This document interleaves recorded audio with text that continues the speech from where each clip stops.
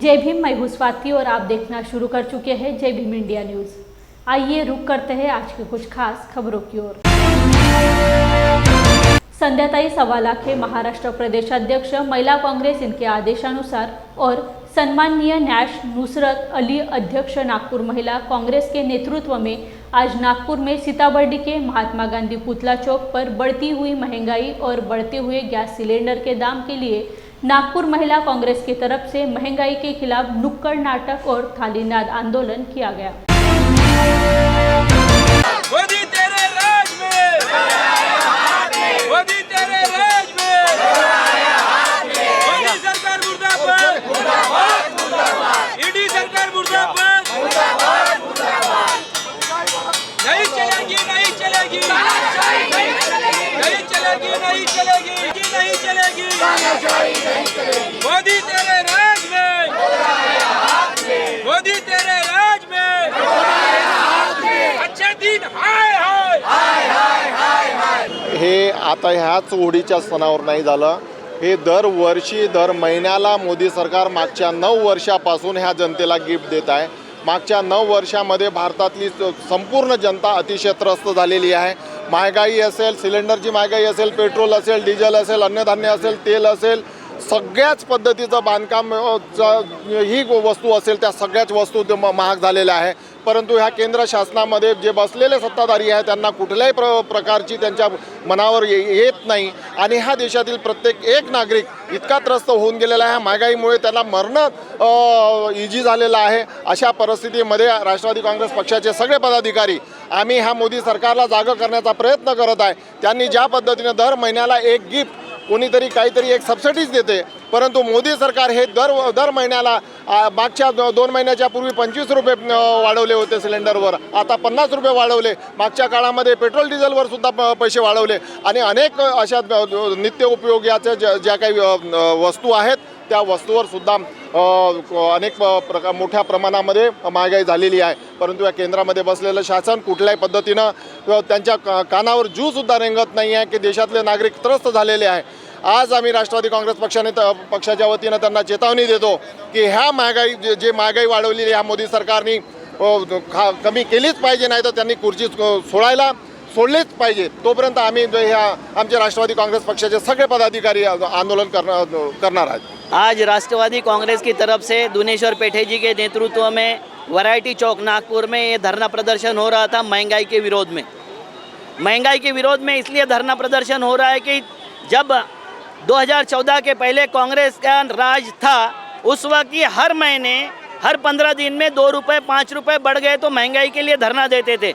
उस वक्त ऑयल की कीमत थी 115 रुपये प्रति बैरल, आज ऑयल की कीमत है 80 रुपये प्रति बैरल। उस वक्त पेट्रोल डीजल की कीमत थी 60-65 रुपये, आज डीजल और पेट्रोल की कीमत है 100 रुपये 110 रुपये, तो बैरल प्रति कम हो गया। और ये सरकार अपना टैक्स बढ़ा के पेट्रोल और डीजल के दाम जिस तरीके से बढ़ा रही है उसका निषेध करने के लिए कार्यक्रम हुआ। ये कार्यक्रम हम हर चौराहे पर चौक चौराहे पर करेंगे, क्योंकि ये जब तक कार्यक्रम नहीं होता ये सरकार की नशा नहीं उतरेगी। जनता को जिस तरीके से इन्होंने लूटा है, जनता को जिस तरीके से परेशान किया है, वो परेशानी को दूर करने के लिए राष्ट्रवादी पार्टी अब मैदान में आई है और ये राष्ट्रवादी पार्टी कंटिन्यू लड़ते रहेगी, इसका मैं आपको आश्वासन देता हूं। धन्यवाद। आज नागपुर में ऑल इंडिया ग्रामीण डाक सेवक संगठना, नेशनल यूनियन ऑफ ग्रामीण डाक सेवक संगठना की संयुक्त उपस्थिति में विभिन्न मांगों के लिए संगठन की ओर से 1 दिवसीय देशव्यापी आंदोलन किया गया। नागपुर मोपेसियल डिव्हिजन अध्यक्ष AIGDC संघटना आणि Maharashtra circle assistant secretary Shri Ashok Raut आज दिनांक 2/3/2023 या रोजी CHQच्या आदेशानुसार श्री आमचे नेते महादेवाजी आणि महाराष्ट्र सर्कलचे नेते श्री जयस्वालजी यांच्या नेतृत्वात आम्ही आज नागपूर मोपेसियल डिव्हिजन इथे धरना आंदोलन संपन्न केलेलं आहे। यामध्ये आमच्या प्रमुख मागण्या ज्या कमलेश चंद्रा कमिटीच्या शिफारशीमध्ये उर्वरित राहिलेल्या होत्या. आमच्या अथांग प्रयत्नाने आणि संघटनेच्या प्रयत्नामुळे ज्या सफल करण्याचा प्रयत्न करत आहोत. जशी आमची 12-24-36ची जी मागणी होती ती रखडलेली आहे आणि आमचा ग्रॅज्युटीचा जो हे आहे ते रखडलेला आहे. आमची मेडिकल सुविधा जी आहे आमच्या GDSना मिळण्यात यावी ते सुद्धा रखडलेली आहे. अशा आमच्या GDSच्या बऱ्याचशा मागण्या या भारत सरकारने रोखून ठेवलेल्या आहेत की जो आमचा मौलिक अधिकार आहे हा अधिकार आम्हाला मिळाला पाहिजे. ह्या मागण्या आमच्या पूर्ण झाल्या पाहिजे आणि आमचं टार्गेटच्या नावाखाली ज्या अधिकाऱ्यांमार्फत शोषण होत आहे हे शोषण कुठेतरी थांबलं पाहिजे. यासाठी आमचं असहकार्य आंदोलन आम्ही 20 तारखेपासून सुरू केलेलं होतं आणि यानंतरही आमची 15, 16 आणि 17 तारखेला आमचं देशव्यापी आंदोलन राहील. आणि या माध्यमातून तुमच्या या चॅनलच्या माध्यमातून आमचा हा आवाज या भारत सरकारच्या कानापर्यंत पोचला पाहिजे आणि हे आमच्या ज्या मागण्या आहे त्या पूर्ण झाल्या पाहिजे. त्याकरता आमचा असा संघर्षात्मक एकजुटीने आम्ही सगळे GDS कमीत कमी या भारतामध्ये 3 लाखाच्या वर आमचे GDS बांधव आहेत आणि ते सगळे 5 तासाचे कर्मचारी आहेत. सरकारला निवेदन आहे आमचं की या सर्व कर्मचाऱ्यांना 8 तासाची नोकरी देण्यात यावी. आमच्याकडून 8 तासाचं काम केले जाते परंतु आम्हाला 5 तासाचा पगार देण्यात येतो. हे आमचा घोर अपमान आहे किंवा आमच्यासाठी घोर अपमानास्पद वागणूक आहे. तर याकरता आम्हाला कुठेतरी आम्हाला न्याय मिळावा त्याकरता आमचा हा अटळ संघर्षात्मक प्रयत्न चालू आहे. कुछ दिन पहले जिलाधिकारी प्रशासन कार्यालय द्वारा अंबाबाई मंदिर परिसर के व्यापारी को नोटिस भेजकर जगह खाली करने के आदेश दिए गए थे. इस पार्श्वभूमि पर राज्य नियोजन मंडल के अध्यक्ष राजेश क्षीरसागर ने आज जिलाधिकारी कार्यालय पर बैठक बुलाकर प्रशासन को इशारा दिया कि किसी भी व्यापारियों को नोटिस भेजकर उन पर अन्याय ना करे. शासकीय, निमशासकीय, स्थानिक स्वराज्य संस्था की जगह का विचार करके उसका नियोजन कर मंदिर परिसर का विकास करने की सूचना क्षीरसागर ने दी. पश्चिम महाराष्ट्र देवस्थानच्या वतीनं सचिवांनी अंबाबाई परिसरातील व्यापारी नागरिकांना त्या भागातील प्रॉपर्टी ॲक्विजिशन करण्यासंदर्भात विनंती पत्र दिलेलं आहे. त्यामुळं त्या भागातील नागरिकांच्या मध्ये खळबळ उडालेली आहे. गेल्या काही दिवसामध्ये अनेक नागरिक व्यापारी यांच्या माझ्याकडे तक्रारी आल्या, फोनवरून चर्चा झाली. यासाठी आज या ठिकाणी जिल्हाधिकारी कार्यालयामध्ये पश्चिम महाराष्ट्र देवस्थान समितीचे सचिव, कलेक्टर महोदय, भूसंपादन अधिकारी यांची आज या ठिकाणी बैठक घेण्यात आली आणि त्यांना ज्या पद्धतीनं या जुन्या नागरिकांच्या या कोल्हापूर जिल्ह्यातील 200-200 वर्षापूर्वीचे नागरिक आहेत त्यांची जी भूमिका आहे ती आज या ठिकाणी सांगण्यात आली आणि मी या ठिकाणी त्यांना आदेश दिलेले आहेत की पहिल्यांदा निमशासकीय संस्था त्याचबरोबर स्थानिक स्वराज्य संस्थेच्या काही प्रॉपर्टी आहेत आपल्याला ज्या काही सुधारणा त्या ठिकाणी करायच्या आहेत, पार्किंग असतील, दर्शन मंडप असतील, किंवा ज्या पद्धतीनं देवस्थान विकसित झालेले आहेत इतर राज्यातली, आपण तिरुपती म्हणू, शिर्डी म्हणू, सिद्धिविनायक म्हणू, त्या पद्धतीने विकसित करण्याला आमचा विरोध नाही. पण स्थानिक लोक जे 200-200 वर्षापूर्वीची प्रगती पाहिजे. प्रगती होत असताना एखाद्याला संपूर्ण प्रगती करणे हे आपलं धोरण नाही आहे आणि म्हणून पहिल्यांदा स्थानिक स्वराज्य संस्था, प्रशासकीय, निमशासकीय संस्था यांच्या काही त्या ठिकाणी जागा आहेत का ह्या तपासून त्यात काय आपण डेव्हलपमेंट करू शकतोय आणि शेवटी मग खाजगी लोकांचा विचार करण्यात यावा अशा पद्धतीने मी आदेश दिलेले आहेत. लवकरात लवकर या संदर्भात जिल्हाधिकारी महोदय आज नाही आहेत, ते आल्या कोल्हापूर महानगरपालिकेचे आयुक्त असतील, विविध त्या भागातल्या निमशासकीय संस्था असतील, यांच्या प्रमुखांची एक बैठक घेऊन एक चांगला विकासाचा मॅप या खाजगी लोकांना यात विश्वासात घेऊन किंवा त्यांना विध्वंस न करता कसा करण्यात येईल यासाठी एक बैठक आयोजित करण्यात. जय भीम इंडिया में वक्त हो चला है एक छोटे से ब्रेक का. मिलते हैं ब्रेक के बाद. क्या हुआ बहू? माँ, पाइल्स की बहुत तकलीफ हो रही है. तो तुम गुदरोग सर्जन के पास क्यों नहीं गई? देखो, जैसे हार्ट के लिए हार्ट स्पेशलिस्ट, ब्रेन के लिए ब्रेन स्पेशलिस्ट, तो पाइल्स के लिए पाइल्स स्पेशलिस्ट क्यों नहीं? स्त्री हो या पुरुष, टॉयलेट में तकलीफ, केवल पाइल्स ही नहीं, और भी कई प्रकार के गुदरोग तथा कैंसर भी हो सकता है। इसीलिए इसकी प्रत्यक्ष जांच जरूरी है। ठीक है माँ, पर जांच के लिए हम जाएंगे कहाँ? वही काले आयुर्वेदिक पाइल्स हॉस्पिटल में। लेकिन माँ, प्रेगनेंसी में पाइल्स की दवाइयाँ? प्रेगनेंसी में आयुर्वेदिक दवाइयाँ सुरक्षित होती है। जनहित में जारी काड़े आयुर्वेदिक पाइल्स हॉस्पिटल, औषधि चिकित्सा तथा सर्जरी ट्रीटमेंट उपलब्ध। हमारा पता उमरेड रोड, दिघौरी बस स्टॉप के पास, नागपुर। अधिक जानकारी के लिए वेबसाइट पर जाएं kadepailshospital.com। ब्रेक के बाद आप सभी का फिर एक बार जय भीम इंडिया में स्वागत है। भारतीय संस्कृति संबंध परिषद के अध्यक्ष एवं रामभाऊ महालगी प्रबोधिनी के उपाध्यक्ष डॉक्टर विनय सहस्त्रबुद्धे की पत्र परिषद आज नागपुर के प्रेस क्लब में आयोजित की गई थी। इस पत्र परिषद में नागपुर के G20 सम्मेलन के C20 परियोजना की जानकारी दी गई। जैसे कि हम सब जानते हैं कि G20 इसकी जो गतिविधियां प्रारंभ हुई, उसके बाद अभी 18वीं बैठक भारत में हो रही है और उसका शिखर सम्मेलन सितंबर महीने में होगा इस वर्ष के। मगर G20 का काम दिसंबर से ही शुरू हुआ है, क्योंकि एक साल भारत के पास इसकी अध्यक्षता रहने वाली है और तरह तरह के विषयों को लेकर मंत्रियों की बैठकें और जिसको एंगेजमेंट ग्रुप बोला जाता है, ऐसे ग्रुप्स की बैठकें हो रही है।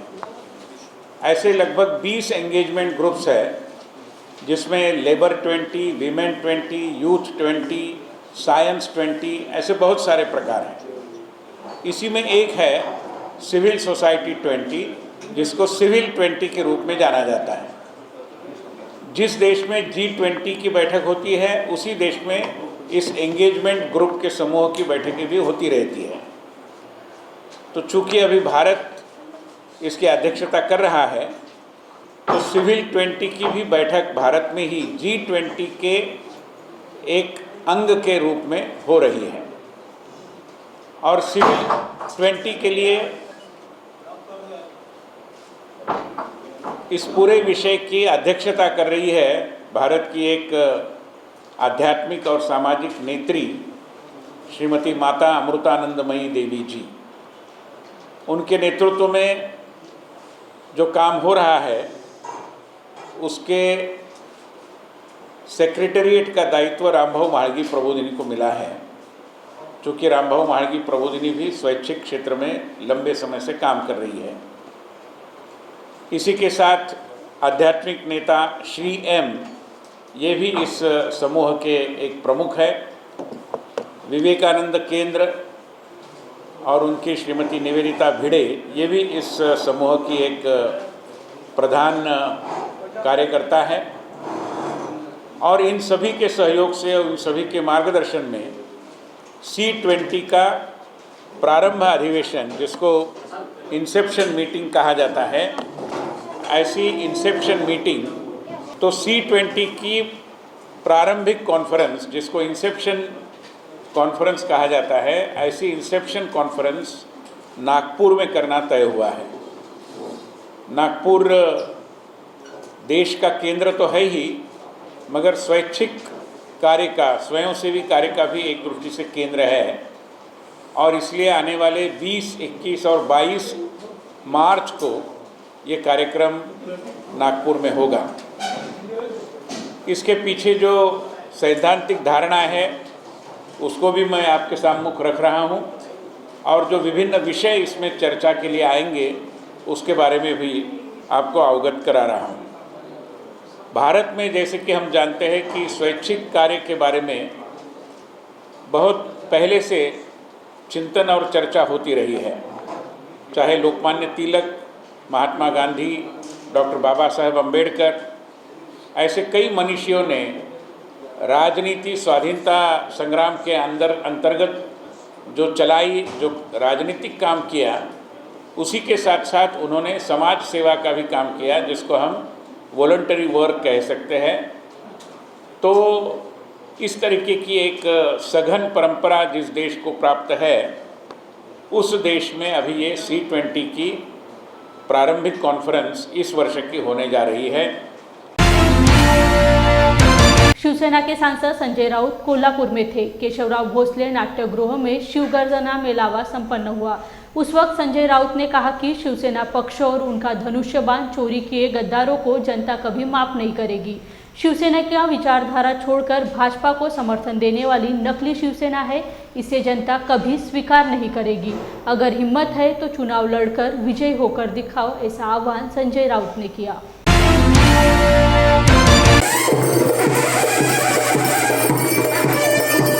आपण काय म्हणतो 50 खोके 50 खोके चोराला मिळाले की नाही?